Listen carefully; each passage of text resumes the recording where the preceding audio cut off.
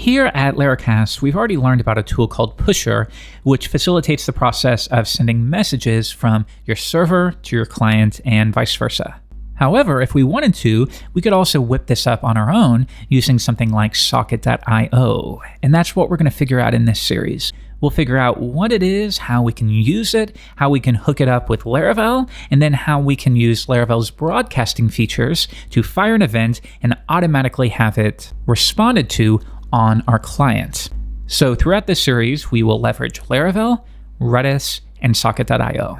Let's get started. Now, before we touch Laravel, I think it's important that we figure out the basics of socket.io. So what we're going to do in this video, you know what? They have this chat application that they show you how to build, and I think that's about a perfect example for how to use this tool. So we're going to work through this together in this video. And then once you feel comfortable, we'll switch over to the Laravel and Redis side of things. All right, so I will switch over to Sublime. I have a brand new project here, and this will assume that you have Node installed. I won't cover that process in this video, but it's very easy. You can go to the nodejs.org website, hit download, and you're good to go. Anyways, I have my package.json file here, and why don't we go ahead and pull in a few things. For example, we're not using PHP or Laravel in this video, so why don't we just pull in the Express framework, which is very popular in the Node community. So let's do that. npm install, and I will save this to my dependencies list, and it's called Express. Great, we have that. So now we could whip up an index.js file, our entry point, and we will create app and require an express, which we just pulled in, and trigger it. Next, of course, we need our server. So we can pull in HTTP, pull in that module, and then pass in our express application there. And now let's just listen on a port. For example, server.listen on port 3000, and set up a route. App, when we make a GET request to the home page, all we're going to do here is send a new response. So this will accept the request and the response, and we'll say response.send hello world. Pretty basic stuff. Okay, so let's try it out. Node, index.js, and we're up and running. Now, quick note, you don't see any output here. If you do want to log something to the console, you can pass an anonymous function here. But this is fine. So let's open up Chrome. And if I visit localhost port 3000, sure enough, we see hello world. Now let's come back and tweak this and send an HTML file instead. This time we will send a file as our response. And I'm just going to reference the current directory and look at index.html. Okay, so let's set that up. And now within an H1, we'll say hello world. So let's reboot this. And if I come back to Chrome, there you go. We're now referencing a full HTML file. So if we switch back and go to our main entry point, let's next pull in socket.io. And of course, we have to pull that in through npm. Now, to integrate this, we'll need two different components. We need the actual server that's running socket.io, and then we also need the client-side library. Now, for the client side, let's just look for socket.io, and there we go. Let's grab that, and I'm just going to paste it right down here at the bottom of the page. Next, let's pull in the server aspect. So npm install socket.io. Great, so we have both components. Now if we come back, let's pull that in. So var io, and we will require socket.io, and pull that in, and pass our server to it. Now take a look at this. Right down here, I can say when we have a connection, so when a connection between the server and the client is made, and that's what that socket actually refers to, when we have a connection, we will trigger this. It'll accept the socket, and we can say console.log, a connection was made. So we're listening on this end. Now, back in our HTML file, we'll just say within script tags, var socket equals the IO function. And remember, you have access to that through the library that we just pulled in here. Okay, so let's boot up our server. And if I now open this up in Chrome, give it a refresh, and if we come back, we should see it. And sure enough, a connection was made.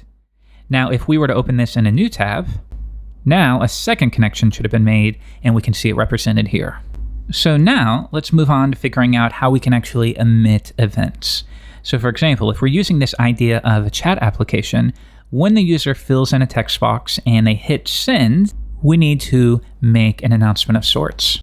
So let's do this. We'll set up a form here, and then we'll have a simple input with an ID of chat, and then finally a button called send.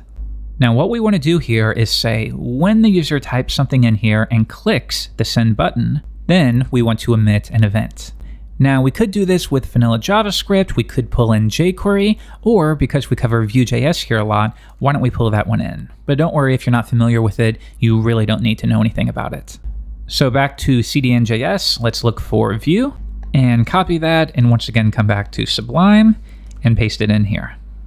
Okay, so now, check it out. I can set up a new Vue instance, and we will bind it to, let's just use the body, and we'll call that chat, and remove this.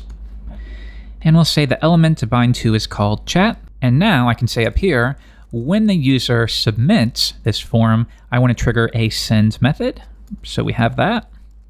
And send, that will accept the event, which we will prevent. And then finally, well, let's just alert and say send to make sure everything is working.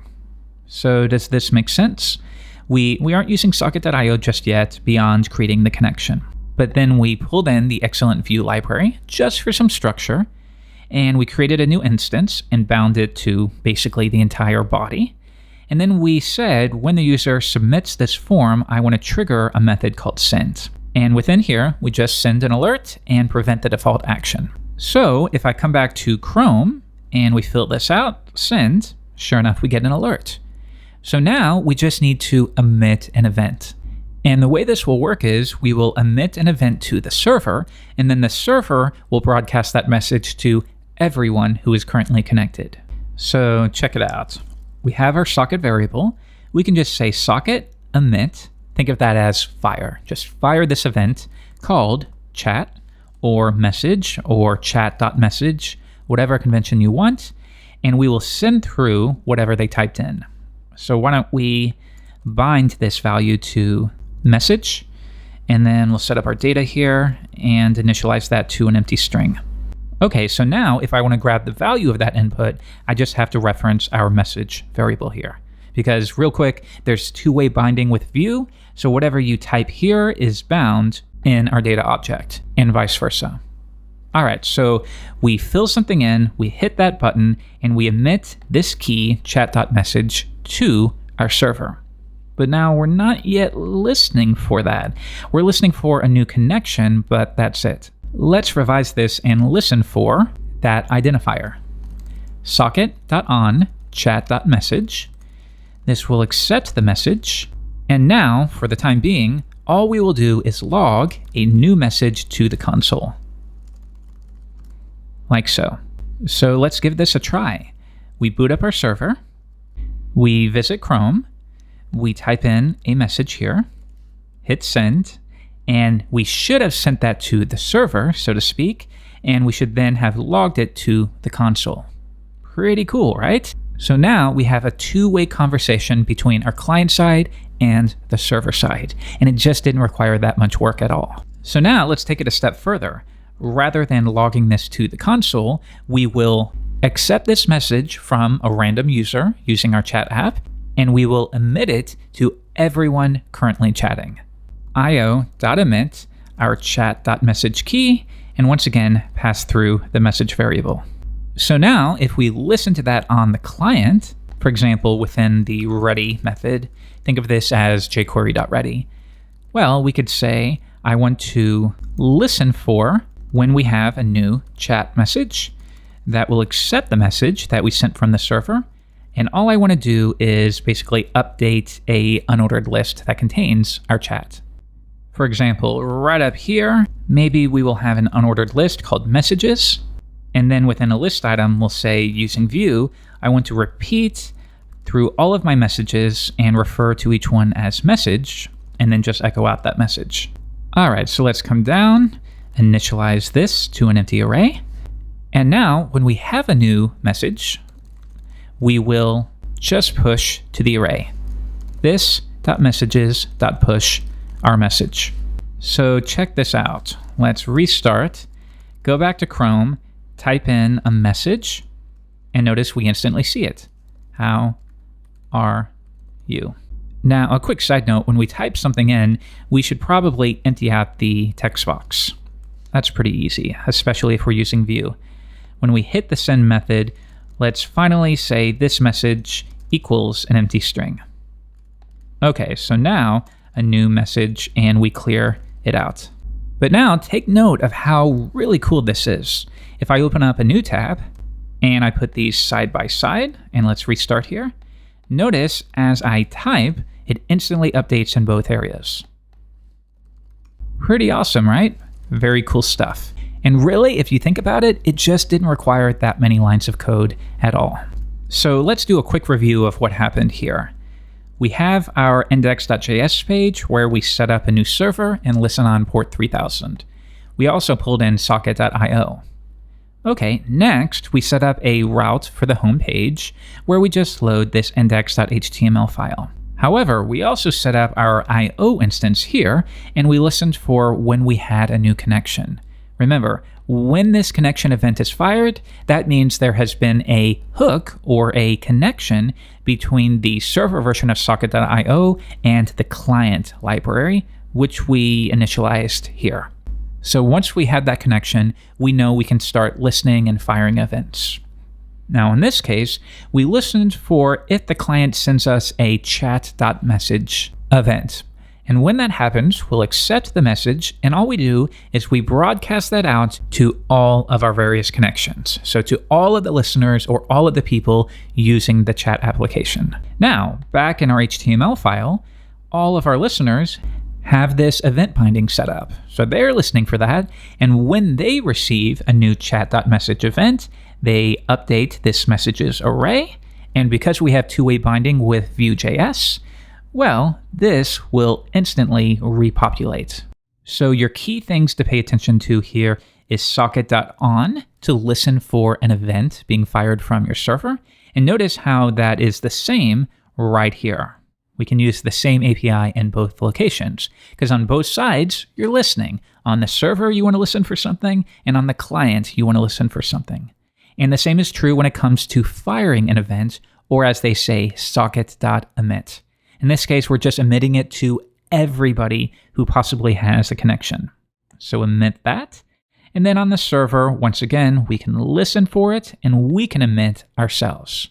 So if you want to see this look a little more like a chat app, that tutorial has some basic styling in place. Don't even bother with that. But if we come back and give each of these a refresh, it looks a little more like a chat app. Stretch that out. So yeah, we can say, hey, and it shows up here. How are you? You get the idea. Pretty cool stuff. And you could even do cool stuff where you listen for when a user basically closes out the application, and you can update folks. So for example, you could say, so listen for when we disconnect, and in that case, we will send everyone a message here. For example, let's emit a new chat message where we say user has disconnected. Okay, let's reboot and see if that works. Refresh. Hi. Spelled incorrectly. How are you? And then this guy says, gotta go. See ya. And when he closes it out, yep, we can see it updated for everyone else currently using this chat app. Okay, so that's where we're going to leave this. That's been our sort of crash course to using socket.io for the first time. So play around with this, try to get comfortable with the idea of emitting and listening for events. And in the follow-up videos, we'll start switching over to Laravel and figuring out how these two things can communicate, how we can use Redis to help facilitate that, and a lot of other cool stuff. I'll see you then.